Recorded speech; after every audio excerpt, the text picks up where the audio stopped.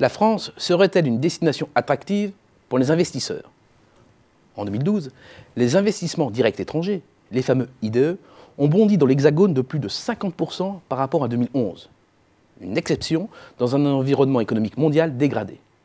À l'échelle planétaire, le volume des IDE a en effet reculé de 18% selon l'ONU. Et le plongeon des investissements étrangers a touché tous les pays industrialisés, les États-Unis comme l'ensemble de la zone euro. En Grèce, en Espagne, en Italie ou encore au Portugal, ils ont même été divisés par 2 en un an. Mais les IDE, c'est quoi au juste? C'est un investissement réalisé par un résident étranger en vue d'acquérir un intérêt de façon durable et d'exercer une influence notable dans une entité d'une économie autre que la sienne.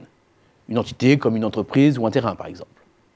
Par convention, on considère qu'il y a investissement direct quand un investisseur détient au moins 10% du capital d'une entreprise résidente d'un pays autre que le sien. C'est ce qui distingue l'IDE d'un investissement de portefeuille purement financier et donc bien plus volatile. Et en 2012, la France a reçu plus de 45 milliards d'euros d'IDE. Pourquoi un tel montant? Parce que grâce à ses atouts, la France reste une destination attractive. Position géographique centrale en Europe, qualité des infrastructures, taille du marché domestique, main-d'œuvre hautement qualifiée, la France profite aussi certainement d'un statut de valeur refuge face aux incertitudes qui pèsent sur les économies d'Europe du Sud. Revers de la médaille, c'est peut-être le signe que, faute de profitabilité, nos entreprises sont sous-évaluées et des proies faciles pour des investisseurs étrangers, alors que notre marché domestique demeure l'un des plus importants et dynamiques d'Europe. Mais si des investissements rentrent, d'autres sortent. Et les investissements sortants ont baissé de 14 milliards en un an à 51 milliards d'euros en 2012, leur plus faible niveau depuis 2004. Une année 2012 particulièrement atypique. En effet, le solde des IDE s'est approché de l'équilibre alors qu'il est structurellement négatif. A priori, le rééquilibrage du solde en 2012 est une bonne nouvelle. En réalité, les choses sont à nouveau beaucoup plus équivoques. Arrêtons-nous sur la mécanique des IDE pour bien comprendre.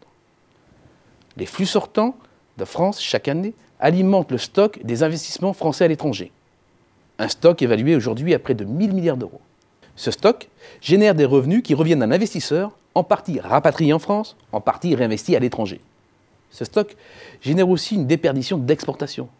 Produire sur place se fait au détriment de la vente depuis notre territoire. La faiblesse des flux sortants n'est pas pour autant le signal d'une relocalisation. C'est plutôt aujourd'hui le marqueur de la dégradation du taux de marge de nos entreprises et l'affaiblissement de leur puissance de feu pour se projeter à l'international.